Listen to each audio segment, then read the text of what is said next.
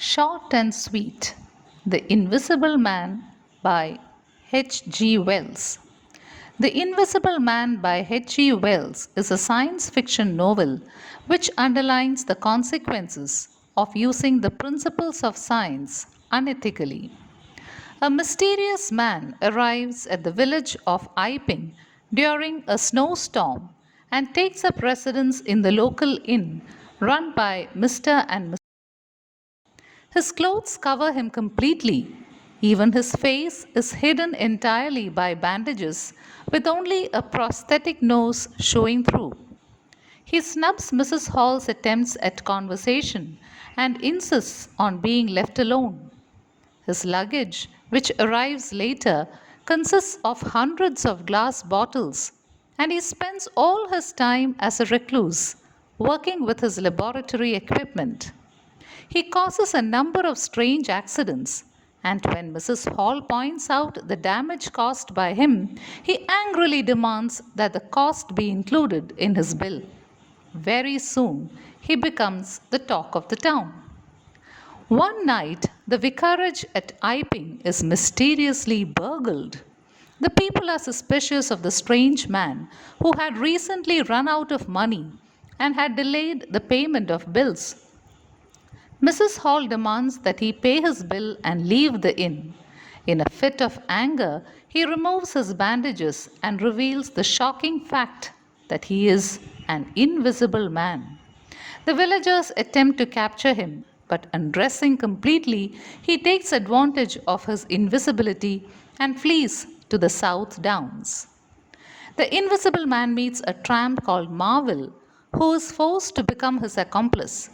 He returns to the village with Marvel to retrieve 3 books in which he had recorded his scientific experiments. When Marvel attempts to betray the invisible man, he threatens to kill him.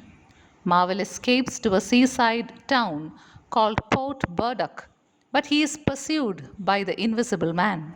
The people soon identify his presence and he is shot at. Wounded and exhausted, sleep deprived and hungry, the invisible man takes shelter in a nearby house which belongs to Dr. Kemp, a former acquaintance, to whom he reveals his identity. He is Griffin, a former medical student, an albino, who had given up the study of medicine to devote himself to research in optics. Griffin narrates his unfortunate story to Kemp. He had invented a combination of chemicals which would render bodies invisible. He tried it first on a cat, then himself, but was unable to reverse the process to make himself visible again. When his landlord began to get suspicious, he burned down the building to cover his tracks and escaped. The bitter cold of winter troubled him, so he had stolen some clothing from a theatrical supply shop and had gone to Iping to continue his experiments and discover a way to recover his visible body. Griffin appears to be driven half crazy by his strange experiences.